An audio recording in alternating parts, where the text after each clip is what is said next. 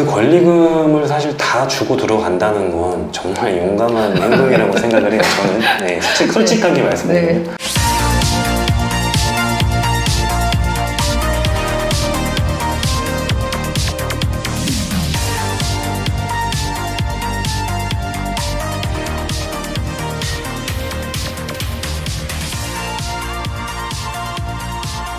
외식인의 성장과 성공을 돕는 K푸드 투데이입니다. 부동산 전문가인 센츄리 21 코리아의 박찬호 과장님과 계속 얘기를 나눠봅니다.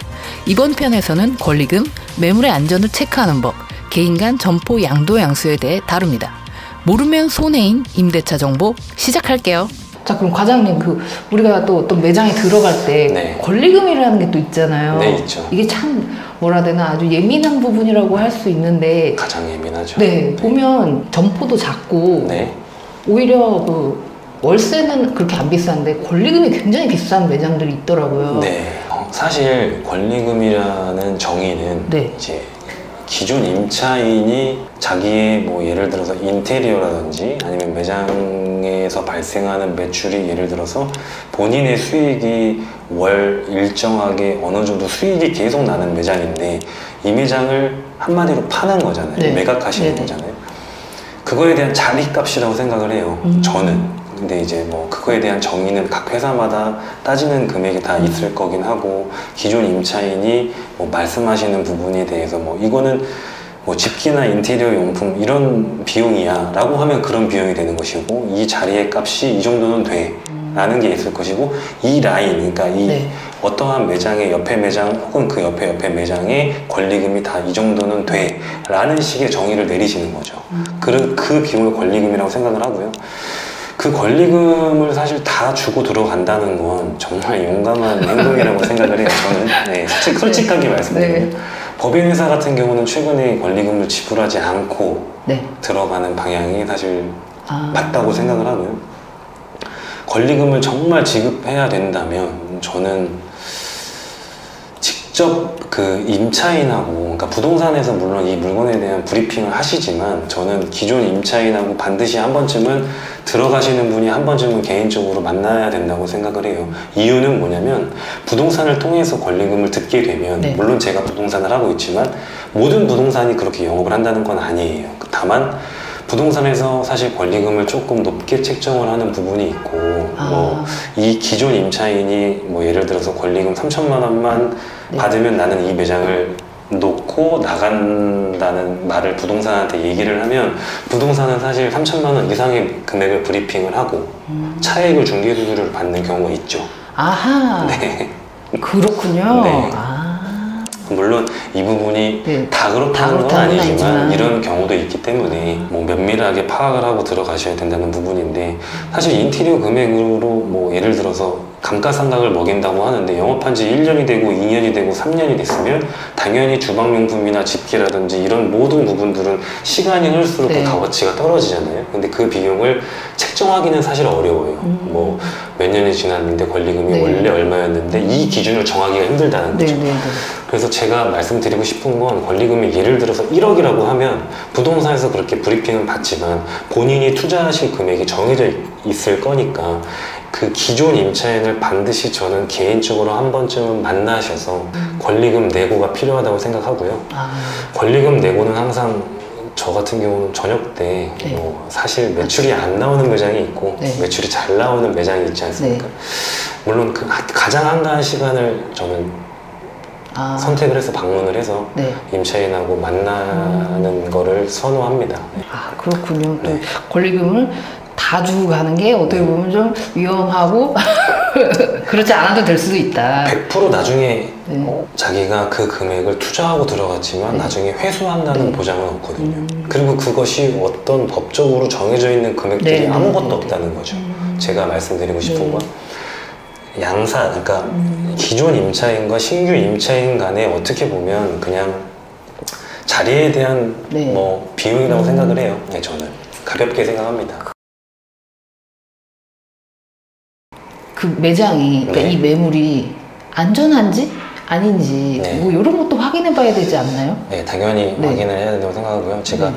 사실 대표적으로 많이 겪었고 네. 또 경험을 했었고 주의를 해야 될 부분을 간단하게 몇 가지만 말씀을 드릴게요. 네. 일단은 그 들어가시려고 하시는 매장에 등기부등본은 꼭 발급받아 보시고요. 등기부등본. 이유는 뭐냐면 이제 선순위로 이제 네. 건물에 대해서 뭐 대출이 잡혀 있다라던가 아니면 뭐 근저당 네. 뭐 혹은 여러 가지 압류가 들어가 있거나 여러 가지 사항들을 등기부등본을 통해 보실 수는 있어요. 네.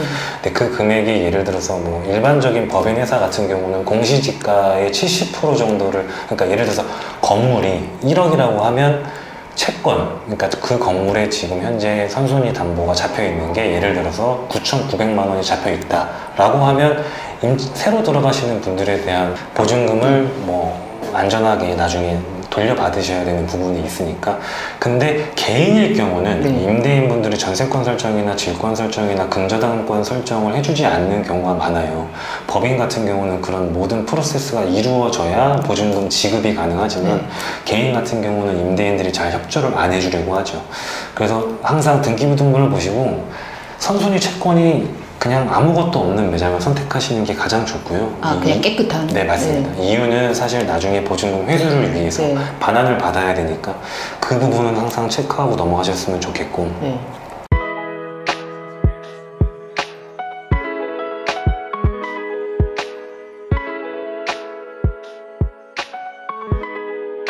두 번째로는 이제 창업하시는 분들이 휴게 음식점이나 네. 보통 술을 판매하시는 일반 음식점으로 많이 창업을 하시잖아요. 네.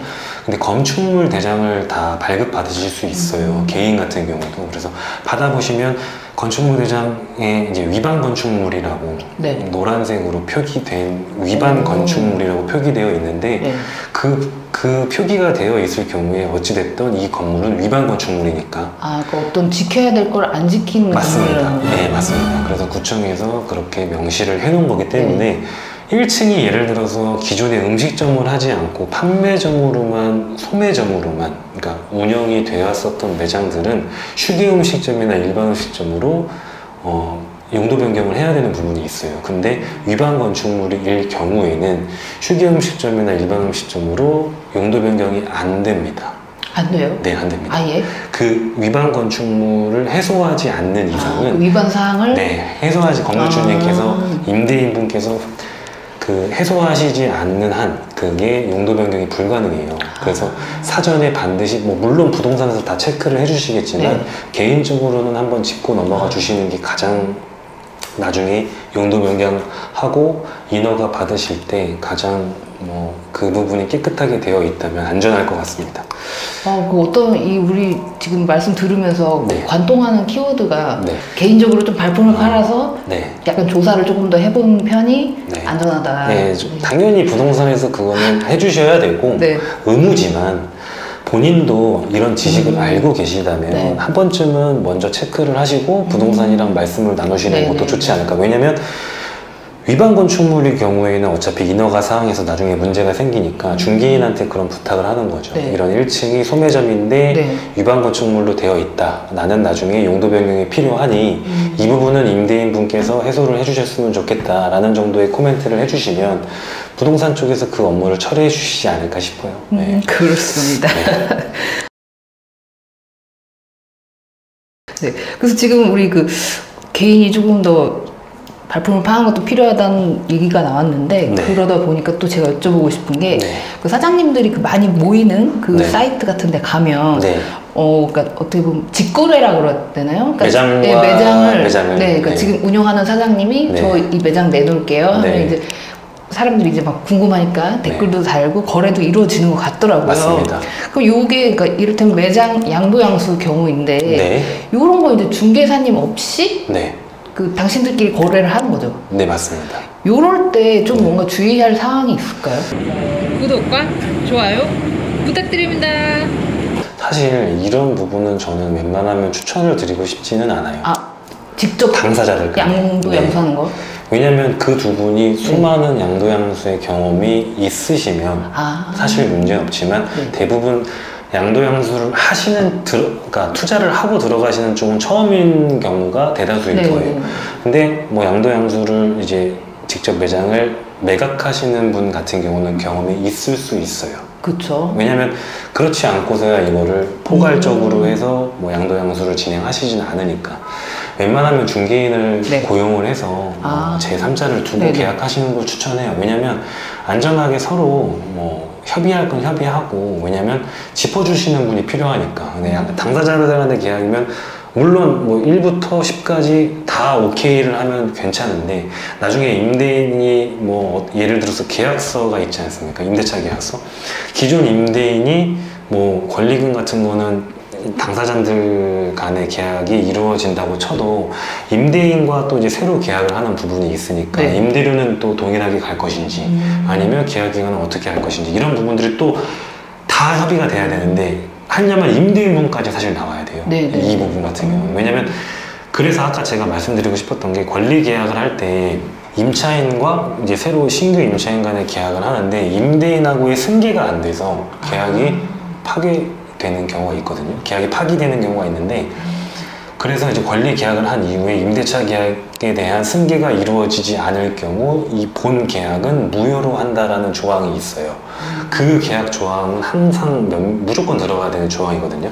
왜냐면 권리금을 지불을 예를 들어서 50%든 10%든 지급을 하고, 보통 잔금이래. 그러니까 기존 임차인이 신규 임차인하고 권리 계약을 10% 금액을 일단 신규 임차인이 지급을 했는데, 잔금일이 있지 않습니까? 네. 이제 착공이 들어가고 이제 신규 임차인이 인도받는 인도일이 있는데, 그 날짜에 임대인하고 계약이 뭐 승계가 이루어지지 않아서 계약이 안 됐을 경우에는 당연히 그 기존 임차인이 권리금을 반환하고 계약은 무효가 돼야 돼요. 그런데 이 조항이 안 들어가면 사실 신규 임차인은 권리금은 지급은 했는데 본 계약이 이루어지지 않는 상황이 돼버리는 거죠. 이 부분은 항상 주의를 하셔야 됩니다. 그러면 어떻게 보면은 이제 그냥 간단하게 생각해서는 중개사님 없이 하면은 뭐 어떤 비용도 좀 절감될 것 같고 좀 편할 것 같긴 한데, 이게 또 어떻게 보면 그런 또 면밀하게 살펴봐야 되는 것들이 더 많다. 추후에 문제가 발생할 수 있죠. 물론 중개수수료, 사실 중개인을 안 끼고 하면 그냥 중개수수료만 지급을 안 하면 될 뿐이에요. 그 비용만 절감이 될 뿐이지 나중에 또 어떤 이슈가 발생할 수 있으니까. 그 말씀하신 것처럼 그 승계가 안 되거나, 그렇죠. 그게 정말 가장 큰 문제가 되겠네요. 네, 그게 가장 큰 문제입니다.